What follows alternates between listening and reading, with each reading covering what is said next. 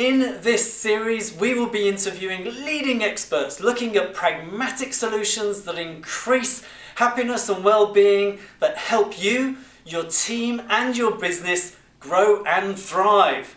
Today, I'll be talking to Simone Giesen, owner of her own consulting and coaching company focused on helping people pivot their careers and health promoting leadership.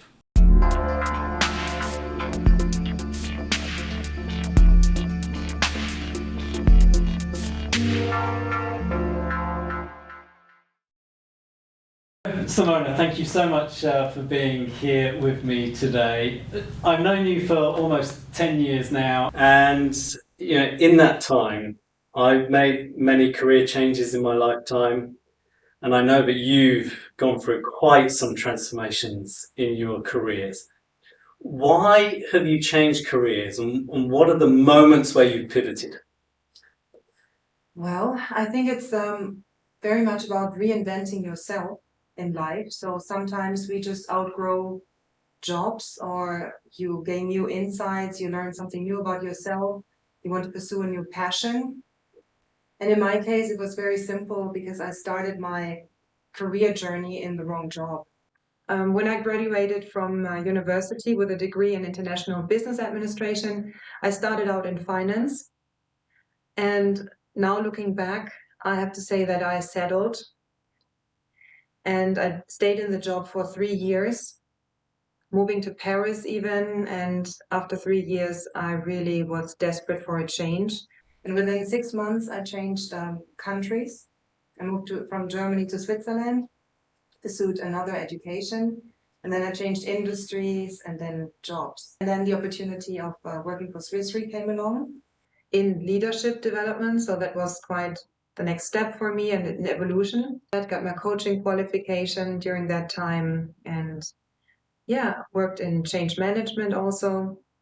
And then after 7 years, almost 7 years, I decided to take on a bigger role in a multinational technology company in the eastern part of Switzerland as an HR business partner. That was a global role. And that's when I saw the entire life cycle of an employee. And that's when I decided to focus on my own coaching and consulting business. And as of January this year, I'm doing that full time. Why the focus on health promoting leadership, and why is that so important? So leaders have been at risk for burnout even before the global pandemic.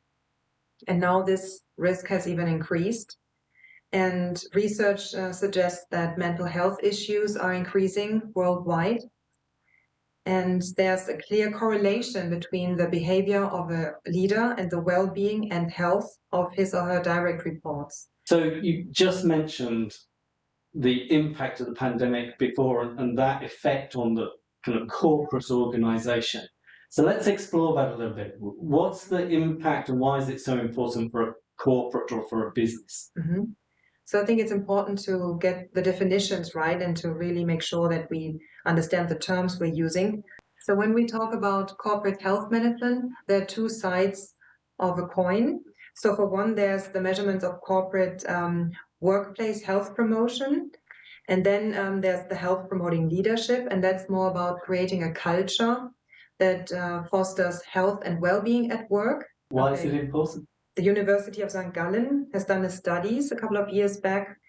Leaders who focus on health promoting leadership have such a huge effect on the well-being of their employees. In small and middle-sized companies, the well-being increases up to 30%. And the intention to resign among those employees goes down up to 75%. And also there's an effect on the bottom line.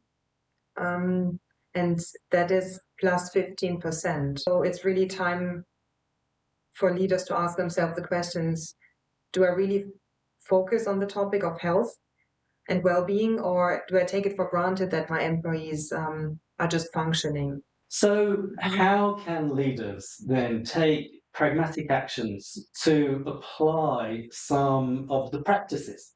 So I personally think that the concept of work-life balance is a bit outdated, because we're all available 24/7 on our mobile devices.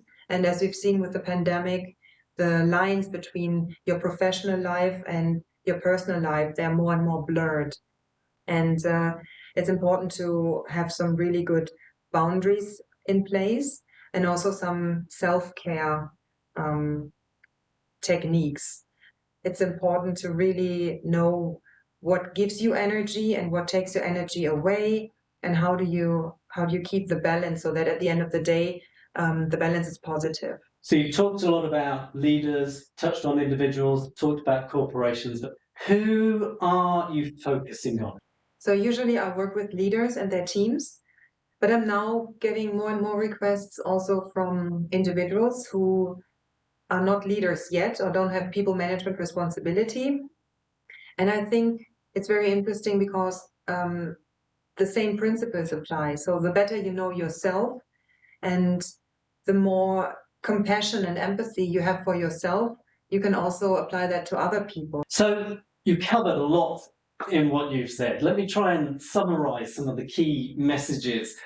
I always come at it from the angle from burnout and the leader as a multiplying effect. You say, one unhappy leader, unhappy employees. And you gave some great statistics around, focus on health promoting leadership increases well-being by about 30%, reduces the risk of resignation by 75%, which I think is incredible, and increases the performance, the bottom line, by 15%. These are the very logical reasons why to focus on this topic, but there are also the emotional reasons to focus on this topic, the engagement and how the intrinsic motivation can be significantly improved through this. So, a few words of wisdom to finish on, a few sentences. So health promoting leadership can be a real performance enhancer, and health promoting leadership is a leadership task that should not be delegated.